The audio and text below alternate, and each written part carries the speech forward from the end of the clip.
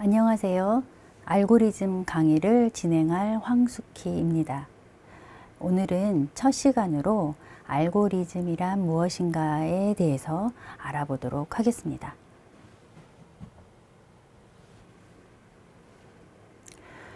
먼저 알고리즘이란 무엇인가에 대해서 살펴보기 전에 알고리즘의 역사를 한번 살펴보도록 하겠습니다. 자, 알고리즘이라는 이 단어는 컴퓨터 언어라고 생각하시는 분들이 많을 텐데요. 그렇지 않습니다. 알고리즘은 이미 오래전부터 있었던 개념이고 아주 오래된 역사를 가지고 있습니다. 알고리즘이라는 단어의 어원은 9세기경 페르시아 수학자인 알콰리즈미 라는 이름에서 유래되었다고 알려져 있습니다. 알콰리즈미는 서기 830년경에 수학의 다양한 방정식들의 해법에 대한 책을 집필했고요. 수학뿐만 아니라 천문학, 지리학, 지도의 제작 발전에도 크게 기여한 학자입니다. 자, 이 어원에서 또 알 수 있듯이 알고리즘은 수학에서 유래된 개념이다라는 것을 아셨을 겁니다.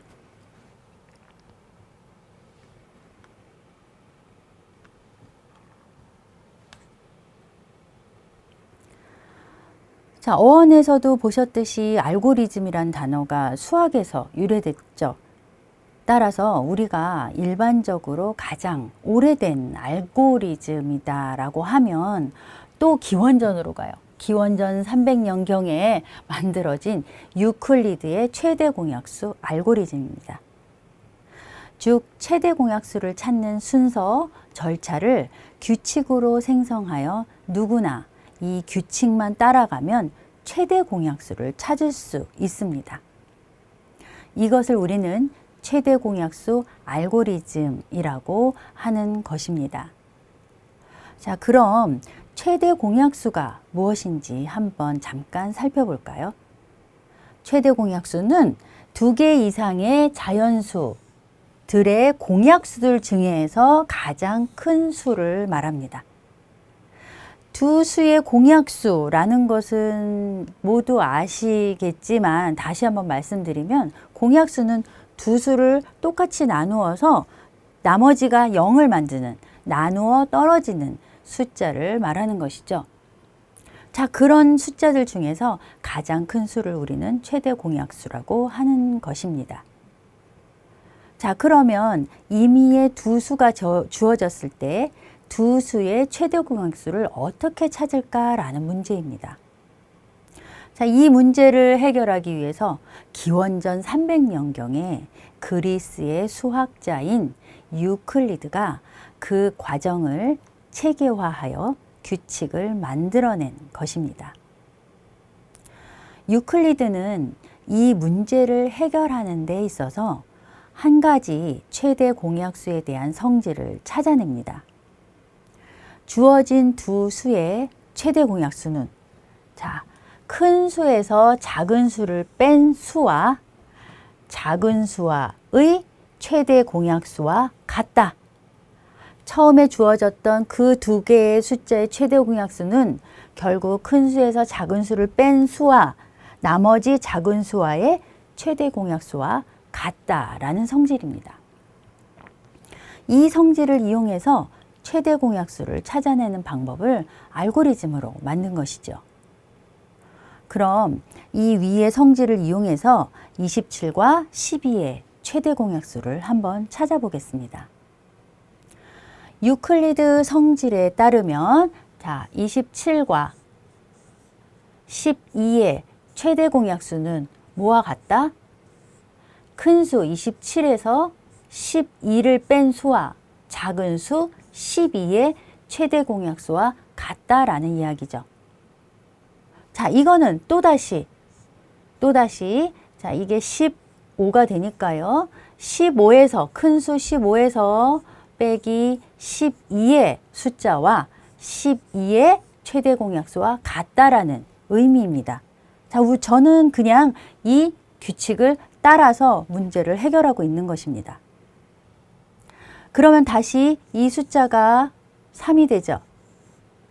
그러면 다시 큰 수 12에서 3을 뺀 숫자와 다시 작은 수 3의 최대 공약수와 같다라는 것이고, 자, 이걸 계속해서 반복을 하면 이게 9가 되니까 9 빼기 3과 3의 최대 공약수. 자, 이건 다시 6이 되니까 6 빼기 3과 3의 최대 공약수. 다시 이것은 3에서 3을 빼니까 3 빼기 3과 3의 최대 공약수. 결국 나머지 하나가 0이 되는 이 시점에 자연수가 바로 최초에 우리가 알고 싶어하는 27과 12의 최대 공약수다라는 것입니다. 저는 제가 따로 계산한 건 하나도 없어요. 바로 이 유클리드가 찾아낸 이 최대 공약수의 이 규칙을 그냥 반복적으로 따라했을 뿐인데 27과 12의 최대 공약수를 찾을 수 있게 된 것이죠. 이게 바로 최대 공약수 알고리즘입니다. 자, 여기서도 살펴보았듯이 알고리즘은 바로 어떠한 특징을 문제 해결하는 데 있어서 그 문제의 특징을 추출하고 그 특징을 규칙으로 만들어낸 그것이 바로 알고리즘이다라는 것을 알 수 있습니다.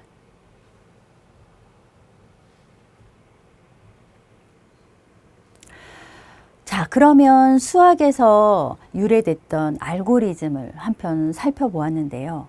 자, 우리는 지금 알고 싶은 게 수학에서 말하는 알고리즘이 아니라 바로 컴퓨터 알고리즘입니다. 이러한 알고리즘의 개념을 어떻게 컴퓨터에 적용하였는지 한번 살펴보도록 하겠습니다. 컴퓨터 알고리즘은 무엇일까요? 간단히 말해서 컴퓨터 알고리즘은 컴퓨터를 이용해서 문제를 해결하고자 할 때 생성하는 규칙이라고 생각합니다. 자, 이때 문제를 해결하는 주체가 바뀌게 됐죠. 아까는 인간인 제가 해결하는 거였고, 자, 이번에는 컴퓨터를 이용해서 문제를 해결하고 싶다는 거죠.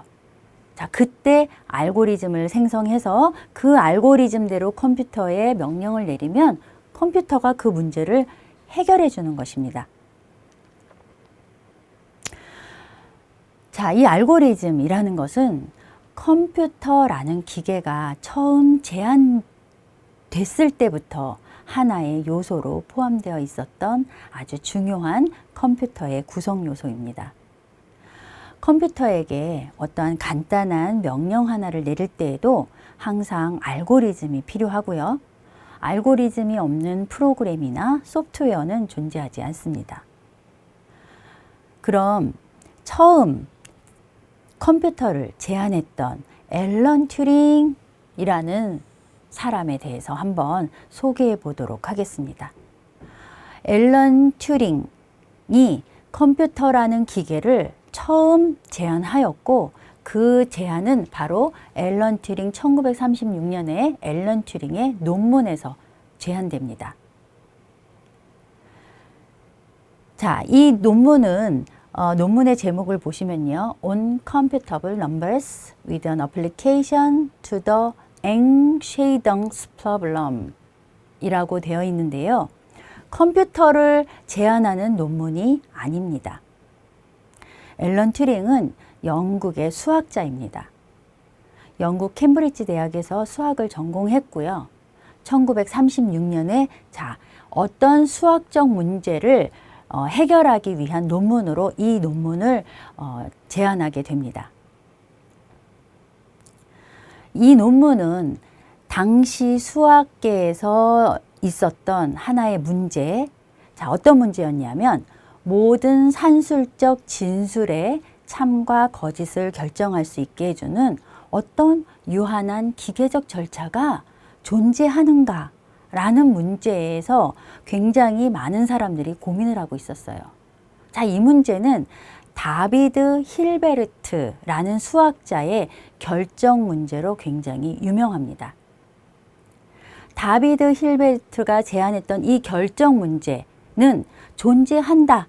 그러니 이 기계적 절차를 찾아보자 라는 거였는데 사실 이러한 기계적 절차는 존재하지 않는다.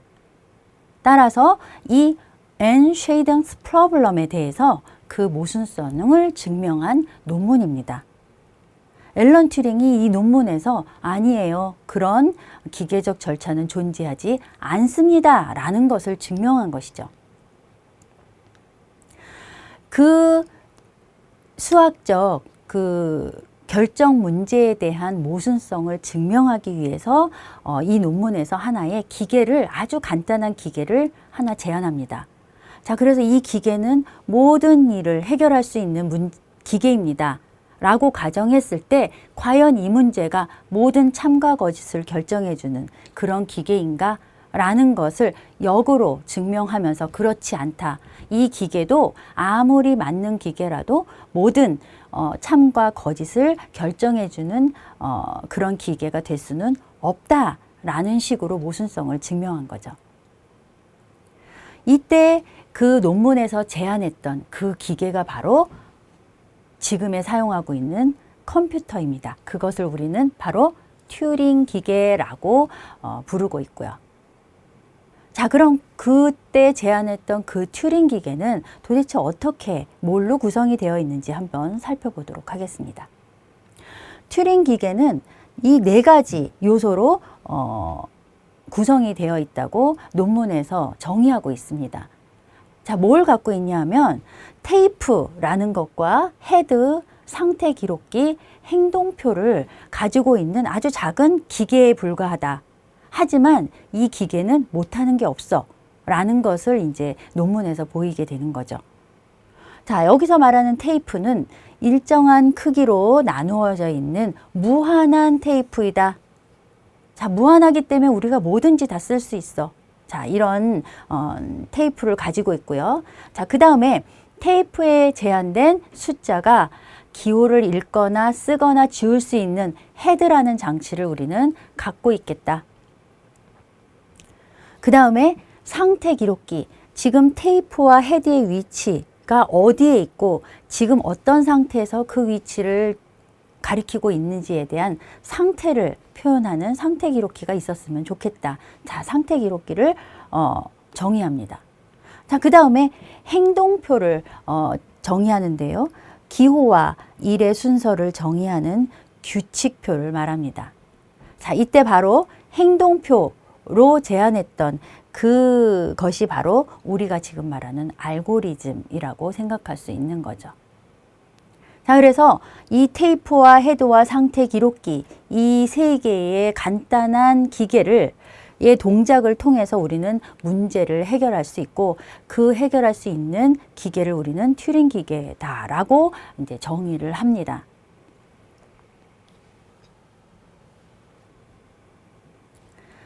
그러면 우리가 간단하게 튜링 기계에서 어떤 일을 하는지 한번 살펴볼 수 있겠죠. 튜링 기계 하나는 하나의 문제를 풀 수 있는 기계라고 정의했습니다. 그러면 난 10개 문제 풀고 싶어. 그럼 튜링 기계 10개를 각각 만들면 되는 거죠. 그래서 뭐 더하기 하는 튜링 기계를 하나 만들면 그 튜링 기계는 더하기 문제를 해결하는 튜링 기계가 되는 것이죠. 어떤 문제를 해결하기 위한 튜링 기계를 하나 만든다고 가정했을 때, 자, 우리는 어떤 문제를 하나 예를 들 수 있냐면 그냥 테이프에 0101을 한없이 쓰는 튜링 기계를 만들고 싶은 거예요. 이 기계는 그냥 0101을 계속 한없이 쓰는 그런 튜링 기계죠. 이 아까 간단한 4개의 요소로 이런 기계를 만들 수 있을까? 과연? 자, 어떻게 만드는지 한번 보여드리도록 하겠습니다. 자, 이 0101을 한없이 쓰는 튜링 기계에는 만들기 전에 우리가 하나의 몇 가지 약속을 우리가 정합니다. 그게 이제 가정인데요. 0101을 한없이 쓰기 위해서는 우리가 어떤 게 필요하지? 필요한 요소들을 우리가 생각해내는 거예요. 그때 상태 기록기의 상태가 뭐가 필요할까라고 우리가 결정하게 됩니다. 아, 0101을 쓰는 한없이 쓰는 튜링 기계는 상태가 내가 보기에는 하나는 좀 안 될 것 같고 두 개는 필요할 것 같아. 두 개가 필요해. 라고 하면 상태를 A와 B로 그냥 두 개를 갖고 있는 상태 기록기를 만들면 되는 거예요. 아니야. 나는 좀 복잡한 문제라 상태가 한 3개에서 4개가 필요해. 라고 하면 상태 기록기의 상태를 여러 가지로 둔다라고 가정하시면 되는 거예요. 그게 상태 기록기의 사이즈의 크기지 상태 기록기가 있어야 된다는 사실이 변하지는 않는 거죠. 자, 또 하나. 헤드는 헤드에 대한 가정입니다. 헤드는 위로 가고 아래로 가고 하는 것이 아니라 테이프 선상에서 오른쪽으로 이동하거나 왼쪽으로 이동하고 또 읽고 쓰고 하는 역할을 하는 헤드야 라고 우리가 가정을 하는 거예요. 자, 그 다음에 우리는 0101을 한없이 쓰는 튜링 기계이기 때문에 당연히 쓸 수 있는 기호는 0과 1 두 개만 있으면 되겠구나 라고 생각해서 이러한 3개의 가정을 가지고 이제 튜링 기계를 만들게 됩니다. 자, 그러면 그림을 통해서 한번 튜링 기계가 실제 어떻게 행동하고 만들어지는지를 한번 살펴보면, 자, 앨런 튜링이 제안했던 바로 이게 튜링 기계예요. 이 튜링 기계에는 뭐가 있다고 했죠? 테이프, 헤드, 상태 기록기, 행동표. 요 4개를 가지고 있습니다. 자, 요 4개를 가지고 이 일을 하는 튜링 기계를 만들고자 하는 거죠. 그러면 제가 아까 가정을 했어요. 어떤 가정이냐면 테이프는 원래 있는 것이고요. 그 다음에 헤드는 오른쪽 왼쪽, 그 다음에 쓰고 읽고의 역할을 하는 헤드가 있고, 자, 그 다음에 우리는 이 문제를 해결하기 위해서 상태를 A와 B 두 개로 두기로 결정했습니다. 그러면 요 3개의 테이프, 헤드, 상태 기록기를 이용해서 우리는 이 테이프에다가 0과 1을 쓰게끔 행동표를 만들면 되는 거예요. 그러면 행동표를 보시면, 자, 이건 제가 만든 거예요. 이러한 튜링 기계를 만들기 위해서 제가 만든 행동표입니다. 저는 어떻게 만들었냐면, 자, 먼저 상태 기록기의 상태를 확인합니다. 자, 지금 현재 상태가 A야. A야. 그러면 상태가 A이면 그때 헤드의 상태를 확인하게 됩니다. 헤드가 가리키고 있는 테이프의 위치 부분이 어떤 상태인지를 읽어와. 읽어왔는데 테이프의 헤드가 읽은 부분이 바로 빈칸이야. 만약에 상태가 A이고 헤드가 읽어온 테이프의 상태가 빈칸이라면, 자, 거기다가 무슨 명령을 하냐면 0을 써 라고 헤드한테 얘기를 하는 거예요. 그럼 헤드가 처음에 읽어온 부분이 공백이니까 여기다가 0을 쓰게 되겠죠. 0을 써. 그 다음에 헤드를 오른쪽으로 한 칸 이동해. 오케이. 헤드를 한 칸 오른쪽으로 이동하게 됩니다.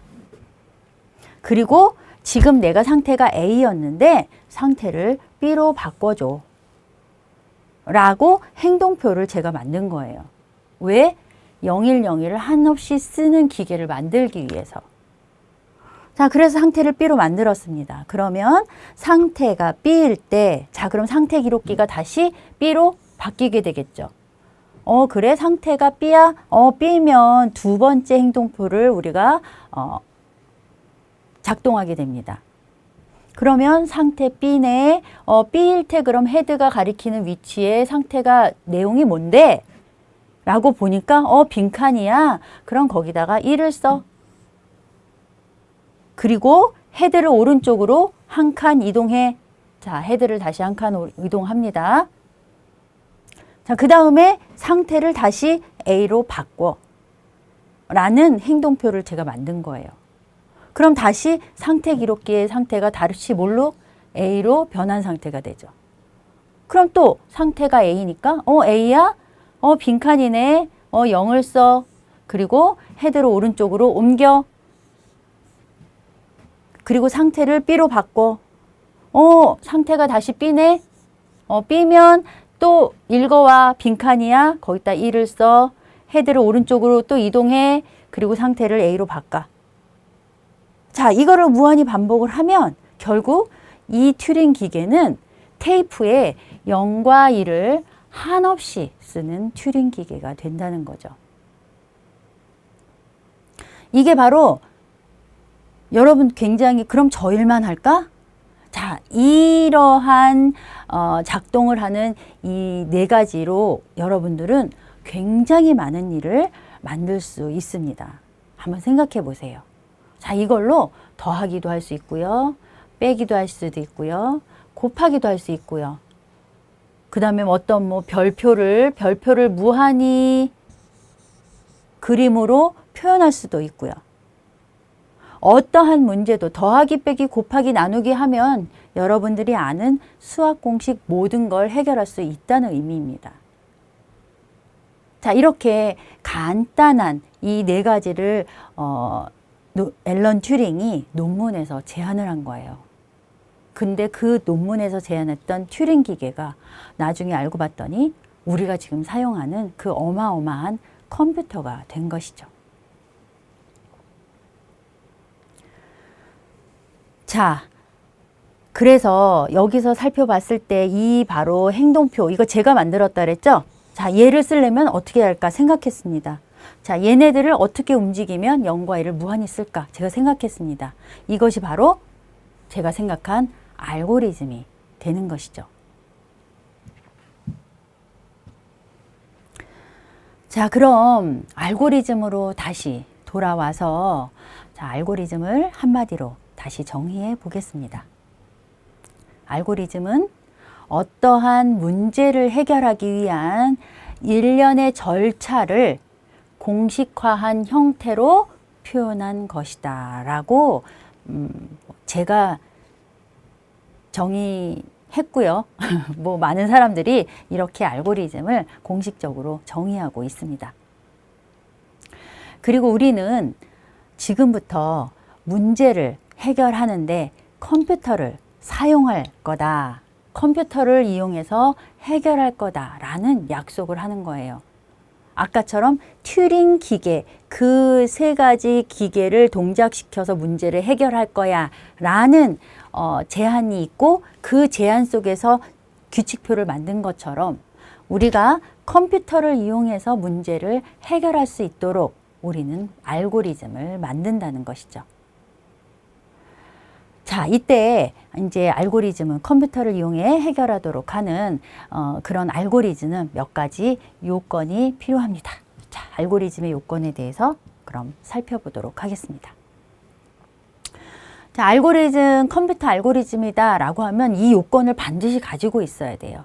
자, 이 5가지 요건을 가지고 있어야지만 컴퓨터 알고리즘이다 라고 이제 우리가 얘기를 할 수 있는데요. 하나씩 살펴보면 입력, 출력, 명확성, 유한성, 유효성을 말할 수 있습니다. 자, 한 가지씩 그 의미를 살펴보면요. 컴퓨터 알고리즘이 수행되기 위해서는 반드시 0개 이상의 외부 입력을 받아야 한다라는 거예요. 입력값이 있어야 그 다음에 1개 이상의 출력도 반드시 갖고 있어야 우리는 컴퓨터 알고리즘이다 라고 얘기할 수 있다. 이제 앞으로 그렇게 얘기하겠다 이렇게 얘기하는 거죠. 이때 외부 입력이라고 하는 것은요. 실제 우리가 키보드나 카메라, 마이크 이런 것들 외부 입력 장치를 통해서 입력한 데이터를 의미할 수 있지만 자, 여러분들 이제 컴퓨터를 공부하신 분들이니까 컴퓨터 내부에서 즉 어떤 큰 프로그램 내에서 어떤 함수가 동작하지요. 그 함수가 동작할 때도 우리는 함수의 어떤 매개 변수나 이런 것들을 넘겨주고 그 다음에 그 함수의 출력값을 통해서 프로그램이 전체 돌아가는 걸 보실 수 있으셨을 거예요. 이렇게 컴퓨터 내부에서 프로그램 내부에서 알고리즘 함수에 들어가는 매개 변수 같은 것도 함수 입장에서는 외부 입력 값이다 라고 얘기할 수 있습니다.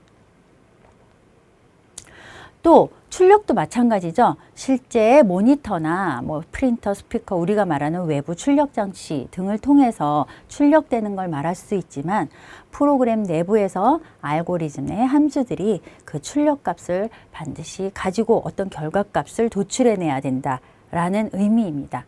자, 그런 의미에서 컴퓨터 알고리즘은 입력과 출력을 가지고 있어야 된다.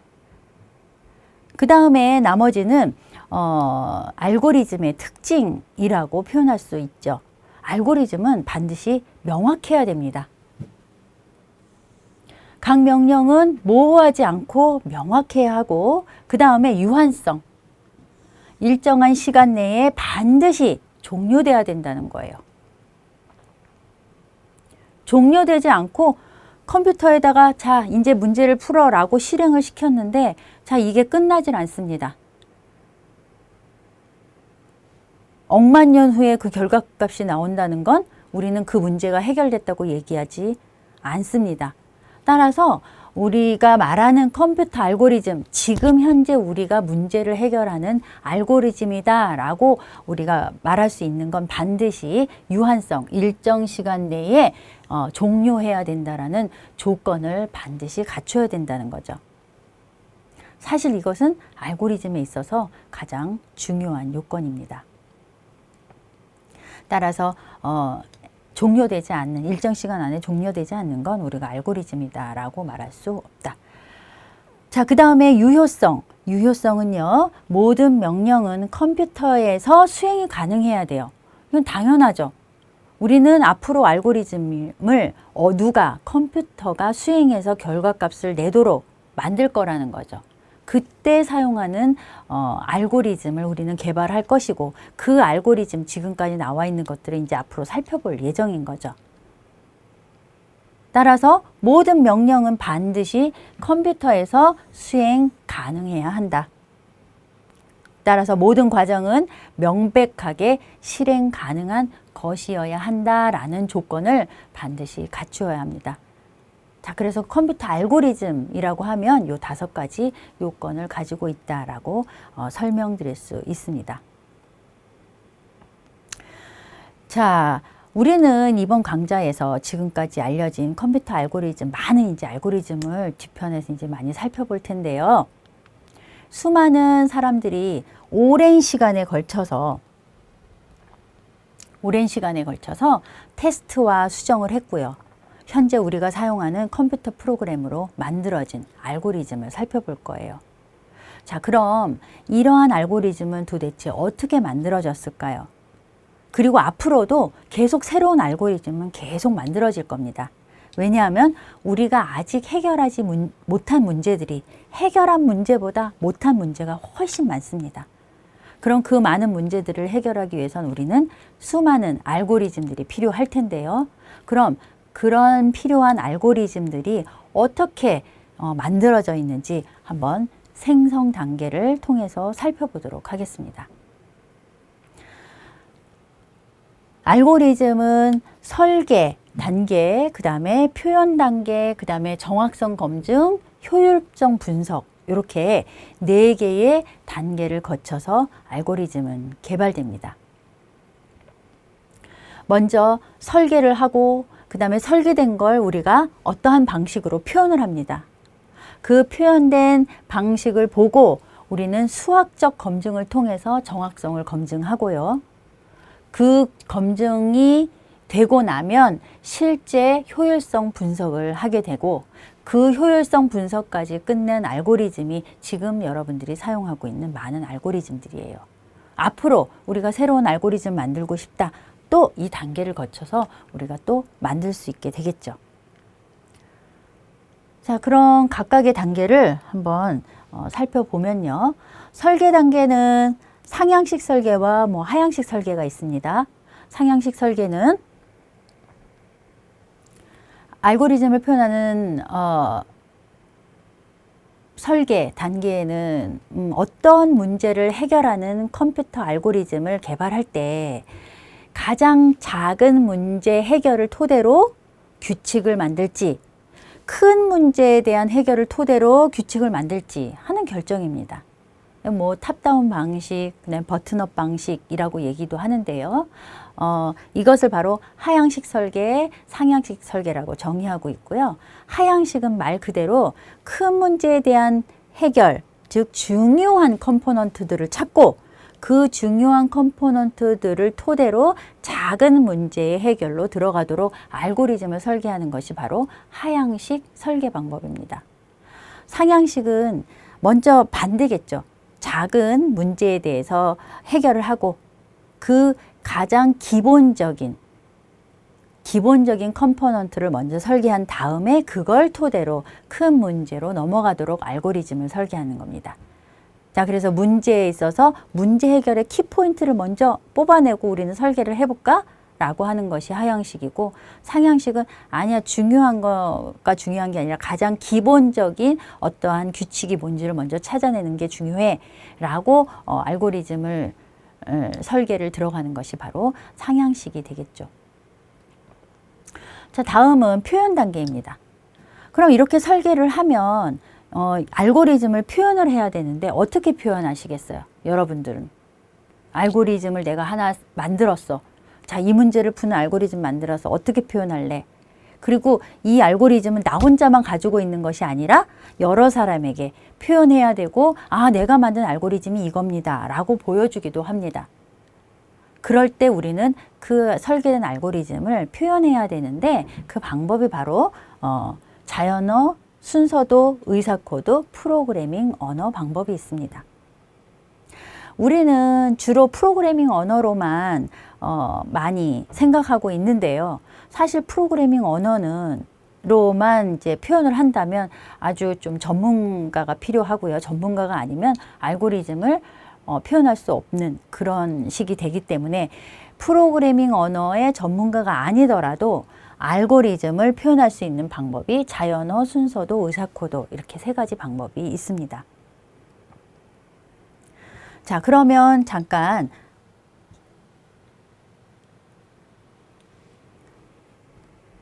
자, 그 다음에 그 표현 방법은 요 끝나고 다시 한번 자세히 한번 살펴볼 거고요.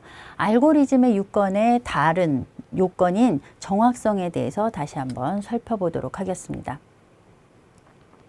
알고리즘이 타당한 입력이 주어졌을 때 유한 시간대에 계산이 수행되어 올바른 결과를 출력하는 것이 바로 정확성을 따지는 포인트입니다.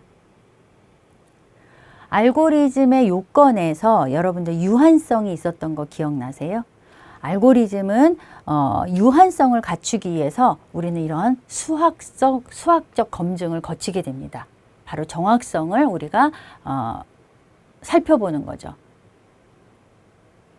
알고리즘이 타당한 입력이 주어졌을 때 유한 시간 내에 계산이 수행되어 올바른 결과를 출력하는지 우리는 검증합니다.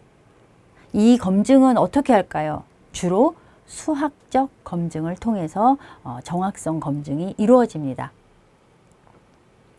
과연 어떻게 수학적 검증을 하나라는 것은 이제 다음 시간에 알고리즘의 성능에서 다시 한번 자세히 짚고 넘어갈 예정입니다. 어찌됐건 알고리즘을 생성하기 위해선 반드시 이 정확성, 수학적 검증 단계를 반드시 거쳐야 한다는 거죠. 이게 검증되어야지만 그 다음에 효율성을 따지는 거예요. 그래서 이게 검증이 됐는데 컴퓨터에 들어가서 수행시켜 보니까 효율성이 떨어져. 그럴 수도 있고. 자, 효율성이라고 하는 건 저장 공간과 연산 수행의 효율성을 따주는 겁니다. 여러분 컴퓨터는 아주 제한적인 자원을 갖고 있다는 사실을 알고 계실 거예요. 앨런 튜링이 말한 테이프에는 무한히 갖고 있다라고 얘기를 했지만 사실 여러분들이 갖고 있는 메모리나 하드디스크나 그리고 CPU의 처리 속도는 제한적입니다. 그래서 그 제한된 CPU, 메모리, 하드디스크의 저장 공간을 이용해서 반드시 문제를 해결해야 한다는 거죠. 여러분들 그런 경험 많이 있으시죠? 어떤 프로그램을 특히 게임을 하실 때 내 컴퓨터에다가 했더니 안 돌아가네. 뭐 이런 경우 많이 느끼셨을 거예요. 내가 가지고 있는 자원이 그 프로그램을 돌리기에 충분한 자원이 아니기 때문에 돌아갈 수 없는 거죠.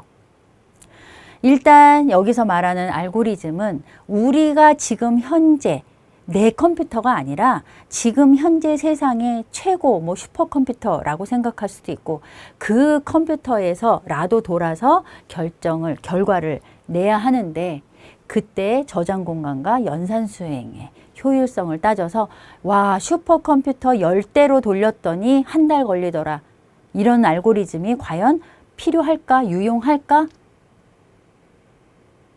그런 걸 고민하는 것이 바로 효율성을 따지는 단계입니다. 자, 그래서 요 4가지 단계를 거쳐서 우리는 유용한 알고리즘을 만들 수 있게 되는 것이죠. 자, 지금까지 알고리즘에 대해서 뭐 간단하게 살펴보았는데요. 자, 여러분은 무엇을 느끼셨습니까? 알고리즘이 무엇인지 또 어떤 조건을 갖추고 있어야 알고리즘이라고 하는지 그리고 알고리즘이 어떠한 과정을 거쳐서 개발되셨는지 이해하셨길 바랍니다. 수업을 마치기 전에 먼저 간단한 문제 몇 가지를 해결하는 알고리즘을 생각해 보도록 하겠습니다. 자, 문제를 한번 볼까요? 자, 최대 숫자 찾기 문제예요. 자, 이거는 뭐 우리가 복잡한 게 아니라 자, 얘를 내가 알고리즘을 몰라. 하지만 이거를 여러분들에게 주어졌을 때 여러분들은 어떻게 찾으실 겁니까? 어떻게 하시겠습니까? 37, 29, 69, 30, 15, 55, 90, 87, 73, 20 중에서 가장 큰 수를 한번 여러분들 찾아보세요. 그럼 어떻게 하세요? 여러분들 그냥 앞에서 쭉 보죠? 머릿속에선 계속 계산합니다. 그래, 얘보다 작으니까 얘는 아니네. 얘 크네? 얘인가? 아니야. 얘 더 작으네? 얘 더 크다. 이러시면서 머릿속으로는 계속 눈을 통해서 들어오는 숫자들을 내 머릿속에 있는 숫자들과 비교를 하는 과정을 여러분들 계속, 하고 있다는 걸 생각하실 수 있어요. 그쵸? 여러분들도 모르는 사이에 그게 자연스럽게 되는 거죠. 자, 그러면 여러분들 뭐라고 얘기하냐면요. 그냥 쭉 보고 그 중에 큰 수 하나 찾으면 되겠네. 라고 얘기하실 거예요. 그러면 이제 여러분들이 내가 누가 되냐면 초등학생이나 유치원생한테 한번 그거를 말로 표현해 본다고 생각해 보세요. 초등학생이나 유치원한테 이 문제를 주고 자, 90을 찾아내는 방법을 알려준다고 생각을 해보세요. 어떻게 알려주시겠어요? 그냥 앞에서 쭉 보고 제일 큰 수 찾아? 자, 이게 이거보다 큰 거야. 어디서부터 설명을 하시겠습니까? 그러면 우리는 어떤 규칙을 알려주고 그 규칙대로 초등학생이나 유치원생이 그냥 반복적으로 쭉 했을 때 이 중에서 가장 큰 숫자를 찾아내도록 하는 것이고 그 규칙을 바로 우리는 알고리즘이라고 얘기하는 거예요. 굉장히 심플하죠. 자, 이런 카드가 적혀 있는 카드가 쭉 있다고 생각을 했을 때, 자, 이제 그런 가정을 하는 거예요. 카드에 적혀 있고, 카드를 한 장씩 가지고 와서 내가 보고, 그 카드가 다음 카드보다 큰지 작은지 결정하고, 큰 거는 내가 갖고, 큰 거를 찾는 거니까, 작은 카드는 버려. 이렇게 얘기하면 되겠죠. 초등학생, 유치원생한테. 그럼 내가 카드 갖고 있고, 다음 카드 갖고 와, 69 갖고 와. 자, 그 다음에 내가 갖고 있는 카드랑 비교해. 69가 37보다 크네? 그럼 37을 버리고 69 카드를 내가 들고 있으면 되잖아요. 그리고 그 다음에 또, 다음 카드 가져와, 30 가지고 와. 내가 지금 69가 있는데 30 카드를 갖고 왔더니 내가 갖고 있는 카드가 더 크네? 그러면은 작은 거 버려. 이렇게 해라고 유치원생한테 얘기를 하면 아마 유치원생이 그럴까요? 37 갖고 오고 29 갖고 오고 큰 거 갖고 작은 거 버려. 다음 갖고 오고 큰 거 갖고 작은 거 버려. 자, 이걸 계속 반복할 겁니다. 그거를 말로 표현하면 바로 그러죠. 카드 하나를 가지고 온다.